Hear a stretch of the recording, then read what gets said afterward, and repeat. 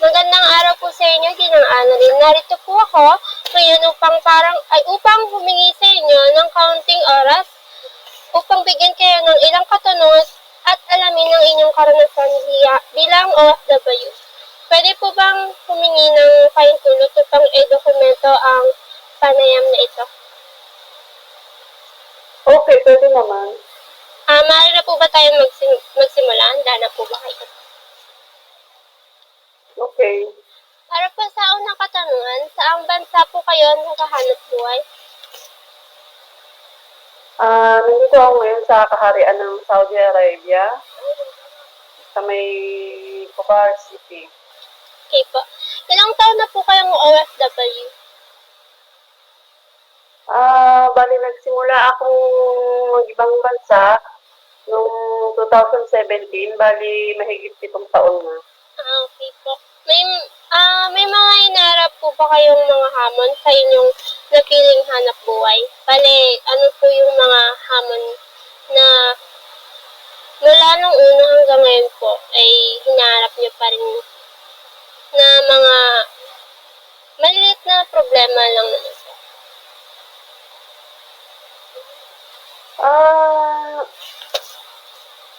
Once na pumunta ka ng ibang bansa, talagang maraming hamon kang kakaharapin. Kaya bago pa ako umalis ng Pilipinas, talagang hinarap ko na yung mga hamon na yan. Unang-una, yung hamon na mawalay ka sa pamilya mo, sa mga anak mo. Yan ang pinakamahirap na hamon. Tapos ang pagtungtong mo naman sa bansang pagtatrabahuan mo, ang susunod na harapin mong hamon ay yung pagharap sa ugali at pasensya.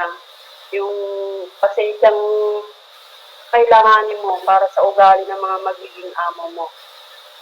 Okay po. Patungkol naman po sa wika, anong wika po ang inyong kailangan aralin para maging connected sa inyong hanap buhay? Bali ang salita nila dito is Arabic. Arabic po ang... Pero karamihan naman, marunong naman din silang mag-English pati. Okay po. Paano po kayo nag-aral ng wika para sa inyong hanap buhay?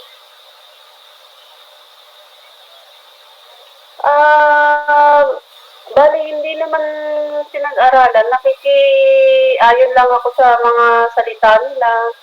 Kung ano yung mga naririnig ko, tinatandaan ko, nilalagay ko sa isip ko.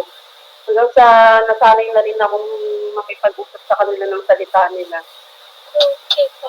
Kamusta naman po ang karanasan nyo sa ibang bansa? Okay lang naman. Hindi rin naman natin masabing mabuti.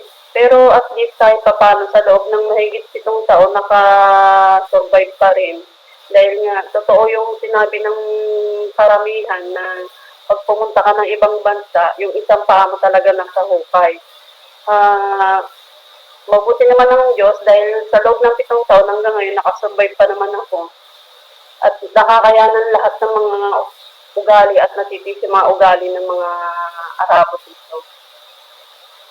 Paano po kayo nakisama at nakibagay sa kapaligiran po dyan?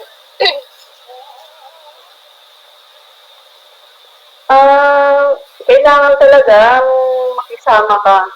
Dahil kung hindi ka makikisama sa mga ugali nila, wala, talo ka. Uuwi ka talagang talunan. Kaya kailangan kung saan yung agos, talagang doon ka sasabay sa kung ano yung ugali nila, sasabayan mo. Kung ano yung hirap ng trabaho, kakayanin mo. Dahil pagka hindi mo lahat yung kinaya, talagang uuwi kang talunan. Nakaranas po ba kayo ng discrimination dyan habang kayo nagtatrabaho? Sa tlawin, wala pa naman. Dahil pagka sa bawat na may konting pagtatalo sa amin ng mga naging amo ko, napapag-usapan naman namin ng maayos. Saka hindi naman kami yung tawag dito, hindi kami umaabot sa yung talagang mga sakitan na mabilis rin namang mahuli yung mga ugali nila. Mabilis silang magalit pero mabilis ring mawala yung mga galit nila. Ano pong mga binago nyo na nakasanayan nyo sa ating bansa upang makisama sa inyong hanap buhay? Ang binago ko, unang-una, siyempre yung ugali. Dahil kung ikaw na nakasanayan mo na ikaw yung sarili mong bansa, kumbaga ikaw yung nasanay ka na ikaw yung sinusunod, ikaw yung kaya mong gawin yung ganito, lahat ng gusto mo, magagawa mo. Pero pag tungtong mo sa ibang bansa, hindi mo na magagawa yan dahil unang-una, hindi mo teritoryo ito. Kailangan makisama ka sa kanila. Kaya kung ano yung mga nakasanayan mo na sa sarili mong bansa, hindi mo na dapat na dalhin sa ibang bansang pupuntahan mo. Ano po pala ang naggayak sa inyong maghanap buhay sa ibang bansa? Unang-una, syempre, yung mga pangarap ko sa mga anak ko. Dahil gusto ko talagang makatapos sila ng pag-aaral, maabot nila yung mga pangarap nila. Dahil yun lang ang mabibigay ko sa kanilang pamana. At isa pa, kung hindi ako aalis ng ibang bansa, mananatili ako sa Pilipinas, hindi ko sila masusuportahan sa mga pangarap nila sa buhay. May nagbago na po ba sa buhay niyo noon at sa ngayon pong umalis po kayo ng bansa?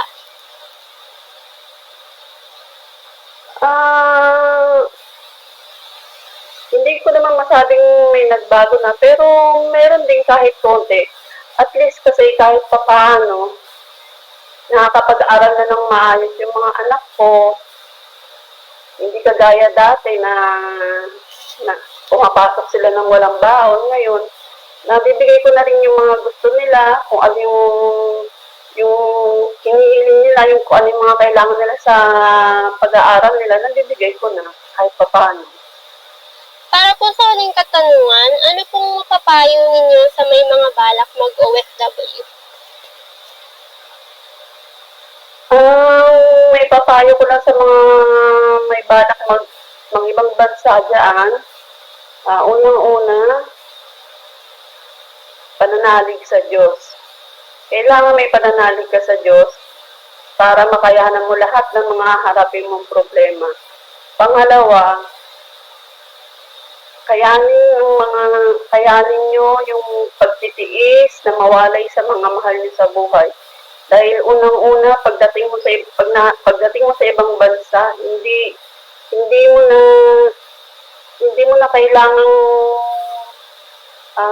na kailangan mong tiisin na hindi sila makausap, yung mga mahal mo, dahil kailangan mong unahin mo ang trabaho mo.